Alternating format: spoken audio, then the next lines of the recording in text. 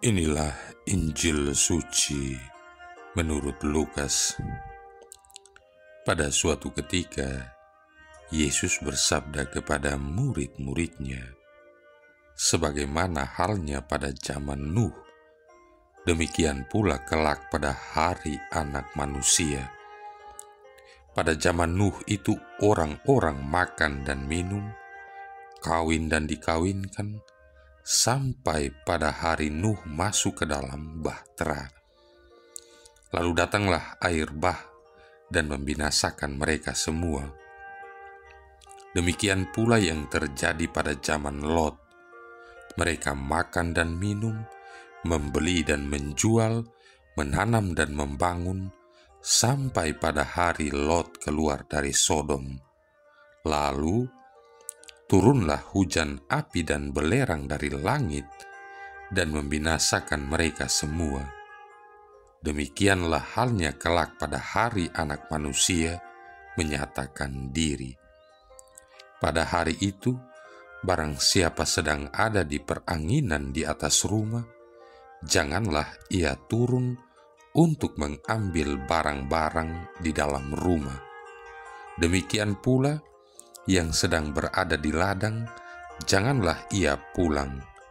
Ingatlah akan istri Lot. Barang siapa berusaha memelihara nyawanya, ia akan kehilangan nyawanya. Dan barang siapa kehilangan nyawanya, ia akan menyelamatkannya. Aku berkata kepadamu, pada malam itu, kalau ada dua orang di atas ranjang, yang satu akan dibawa dan yang lain ditinggalkan. Kalau ada dua orang wanita yang sedang bersama-sama mengilang, yang seorang akan dibawa dan yang lain akan ditinggalkan. Para murid lalu bertanya, "Di mana Tuhan?" Yesus menjawab, "Di mana ada mayat, di situ berkerumun burung nasar." Demikianlah sabda Tuhan. Saudara-saudari yang terkasih, banyak sekali orang Kristiani dewasa ini mengalami krisis iman, bingung, kehilangan arah dan tujuan hidup, bahkan terpengaruh oleh orang-orang non-Kristiani. Rasul Yohanes dalam bacaan pertama hari ini dari 2 Yohanes 4-9 memperingati kita, "Aku minta kepadamu untuk hidup menurut perintah Tuhan, hidup di dalam kasih, sebagaimana telah kamu dengar dari mulanya. Sebab banyak penyesat telah muncul dan pergi ke seluruh dunia, penyesat dan anti-Kristus. Waspadalah supaya kamu tetap tinggal di dalam ajaran dan perintah Yesus Kristus." Senada dengan Rasul Yohanes, di dalam Injil kali ini, Yesus mengingatkan kita akan zaman Nuh dan zaman Lot.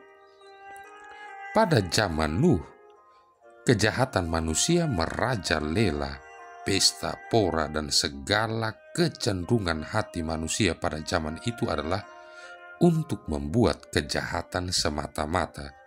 Mereka tidak mau bertobat, tidak mau mendengarkan teguran Tuhan lewat Nabi Nuh. Lalu Tuhan memutuskan untuk mengakhiri hidup segala makhluk kecuali Nabi Nuh, keluarganya, serta binatang-binatang yang diselamatkan lewat bahtera. Kejadian bab 6 ayat 1-22, bab 7 ayat 1-24. Demikian pula pada zaman Lot, kejahatan manusia merajalela dan Tuhan telah memperingati penduduk kota Sodom dan Gomora lewat Lot dan Abraham. Namun mereka tetap tidak mau bertobat dan tidak mau kembali kepada Tuhan. Maka Tuhan pun mengutus malaikatnya untuk membinasakan Sodom dan Gomora. Istri Lot bahkan diperingatkan oleh Tuhan untuk tidak menoleh ke belakang ketika mereka mengungsi. Namun karena ketidakpatuhannya dan kelekatannya yang menyayangkan apa yang harus ditinggalkannya, ia harus menerima akibatnya, yakni menjadi tiang garam. Saudara-saudari yang terkasih, sama seperti istri Lot, kita manusia seringkali masih enggan untuk membuang apa yang terlalu melekat pada kita. Yang melekat pada kita biasa kita sebut dengan sebutan bagasi, karena kita senang membawanya kemana-mana. Bagasi ini bisa berupa harta kekayaan, makhluk hidup, serta perbuatan yang tidak baik yang semuanya bisa menghalangi kita ataupun merebut konsentrasi kita untuk datang kepada Tuhan. Atau mungkin kita yang masih terlalu asik berkubang di dalam dosa, sudah saatnya kita untuk kembali kepada Tuhan dengan sesal dan tobat. Karena tidak seorang pun tahu kapan Tuhan Yesus datang kedua kalinya di dunia ini, atau kapan kita dijemput oleh Tuhan. Tak satu manusia pun ataupun malaikat yang tahu waktu Tuhan tersebut. Setiap manusia tidak luput dari kematian. Saat Tuhan memanggil kita, sama seperti kejadian pada masa Nuh maupun pada masa Lot, ingat bahwa kita akan kehilangan segalanya dan kembali kepadanya seperti sedia kala, yaitu tanpa apa-apa. Kita pun harus mempertanggungjawabkan apa yang telah kita perbuat di sepanjang siarah kehidupan kita. Seperti misalnya perbuatan-perbuatan baik tidak bisa diwakilkan. Penerimaan sakramen-sakramen seperti ekaristi dan tobat juga tidak bisa diwakilkan. Mari kita merenungkan kembali perbuatan-perbuatan kita yang manakah yang berkenan di hati Tuhan dan apa yang kurang berkenan di hadapannya. Bila kita tidak bertobat sekarang dan memusatkan hidup kita hanya kepada Tuhan semata-mata, keep tune in with God, mungkin akan terlambat nantinya. Tidak ada artinya lagi semuanya kalau kita sudah meninggal dunia. Saudara-saudari yang terkasih, pernah ada seorang bos, seorang jutawan, seorang hartawan yang bernama Joni. Suatu kali ia pernah bermimpi bahwa dia mati dan segera menghadap Santo Petrus sebagai pemegang kunci pintu kerajaan surga.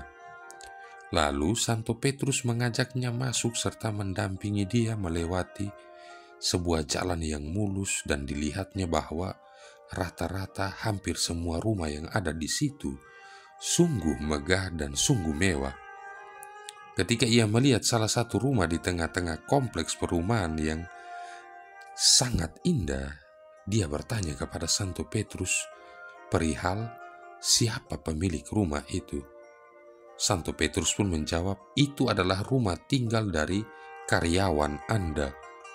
Sambil tersenyum, Joni si hartawan itu berkata dalam hatinya, "Jika karyawan saya saja bisa memiliki rumah surgawi semegah dan seindah itu, maka bisa saya bayangkan bagaimana rupa dan bentuk rumah saya, pasti lebih megah dan lebih indah." Segera sesudah itu mereka tiba pada suatu perkampungan kumuh dengan jalan dan gang yang sangat sempit, becek dan pengap, serta di kanan kirinya terdapat rumah-rumah yang sangat kecil, sederhana dan reot. Ketika tiba di salah satu rumah di pojok yang terkesan paling reot, Santo Petrus segera menunjuk ke arah rumah itu sambil berkata kepada Joni, "Itulah rumah Anda, dan Anda akan tinggal di gubuk itu untuk selama-lamanya." Mendengar itu Joni pun bereaksi keras dan berkata, "Mana mungkin saya tinggal di gubuk sereot itu?" Dengan tenang Santo Petrus menjelaskan kepadanya bahwa inilah yang terbaik untuk Anda. Anda harus mengerti bahwa kami hanya membangun rumah di sini dengan bahan-bahan yang Anda kirim lebih dahulu ke sini waktu Anda masih berada di dunia. Bahan-bahan itu adalah kebaikan dan cinta kasih yang diperbuat dengan tulus selama hidup sebagai cerminan hidup beriman. Saudara-saudari yang terkasih, sepenggal cerita ilustratif ini pada dasarnya ingin menjelaskan kepada kita tentang situasi yang akan kita alami kelak sesudah kematian atau sesudah pengembaraan kita di dunia ini berakhir. Saya sangka ada cukup banyak cerita atau ilustrasi atau gambaran yang pada dasarnya bertujuan membantu kita untuk bisa memahami, mengerti atau sekurang-kurangnya membayangkan bagaimana kiranya nasib hidup kita nanti sesudah siara hidup kita di dunia yang fana atau yang sementara ini berakhir. Semoga perbuatan baik dan cinta kasih yang kita lakukan dengan tulus sebagai wujud iman kita menjadi bahan bangunan yang kita kirim pelan-pelan untuk membangun kediaman surgawi yang indah dan megah untuk kita kelak. Marilah berdoa. Allah Bapa kami Maha Penyayang, perkenankanlah kami dalam diri Yesus Putramu menikmati cinta kasih-Mu kepada umat manusia. Semoga kami lalu Kau jadikan manusia yang membangun baru dunia ini menjadi tempat kedamaian kami, yaitu Yesus Kristus Putramu Tuhan dan pengantara kami, yang bersama dengan Dikau dalam persatuan Roh Kudus hidup dan berkuasa, satu Allah sepanjang segala masa. Tuhan memberkati kita sekalian, Bapa, Putra, dan Roh Kudus.